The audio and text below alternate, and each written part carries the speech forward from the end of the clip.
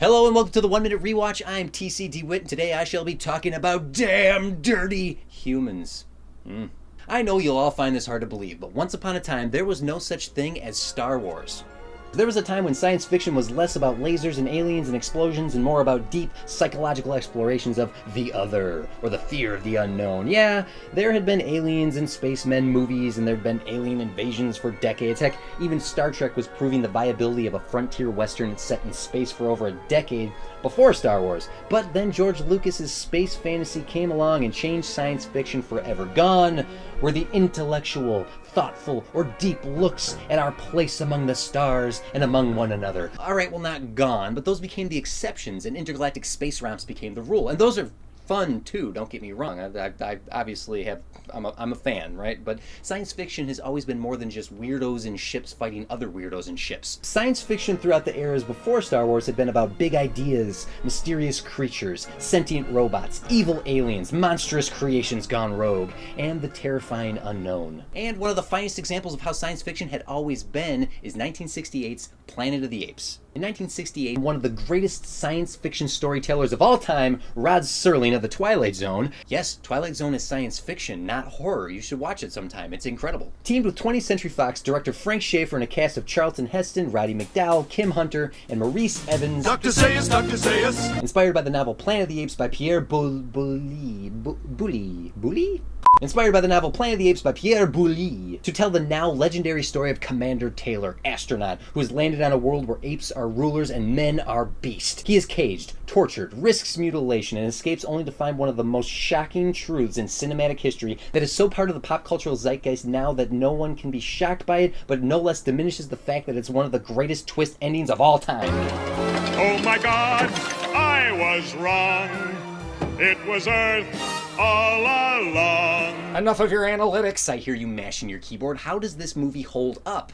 Let's find out. Start the timer. If you're a massive fan of the sort of science fiction that is most prevalent today, walk away. This movie is not for you. But if you appreciate the history of special effects and even more the history of science fiction, then this movie is a milestone. And even though you think you know everything about it, it is well worth the viewing. It is slow and tense. It builds on the mystery of what Taylor is experiencing in this seemingly unexplored world. The atmosphere of this film is dark and unsettling. There are horror elements in the score and the cinematography. It is uncomfortable and strange, and the apes don't even show up until the 30-minute mark. It is hard to watch this movie fresh because it is so significantly placed in pop culture. Look at it with fresh eyes. Forget what you know and see it for what it is. Exaggerated though it may be, it is a tale where a white man experiences the type of discrimination usually reserved for black people. It is as simple as that. America of the 60s, as much as America today, needs to be shown our discriminations if we ever hope to overcome them, and this movie offers a gateway into exploring the notion of prejudice and racism and xenophobia and challenging us to consider how we treat one another. And whether you like it or not, that is the world we live in, and for that awful and real truth and only scratching the surface that is explored throughout this franchise, I'm giving Planet of the Apes 4 bananas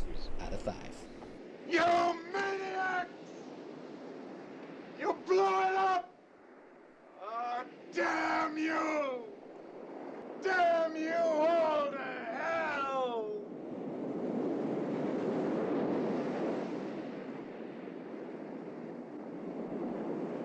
Thank you as always for watching. You can like or subscribe or comment below if you want to see me review something in the future. Hit the little notification bell so you know when we have some new content up here at the Bit Life Show. And if you want to hear me talk at length about movies or television or pop culture, I have a weekly podcast called The Rewatchman, which is available on iTunes. You can also tweet at me at TC's Big Head. And if you've made it this far, comment below and let me know what your favorite science fiction films that have something to say are. And I'll be back again next month with something a little lighter. Cool? Cool.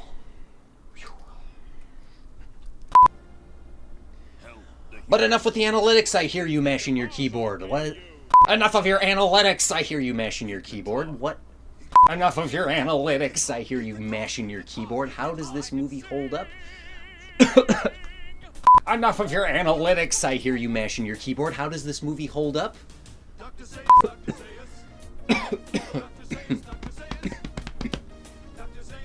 Enough of your analytics, I hear you mashing your keyboard. How does this movie hold up? Let's find out. Start the timer.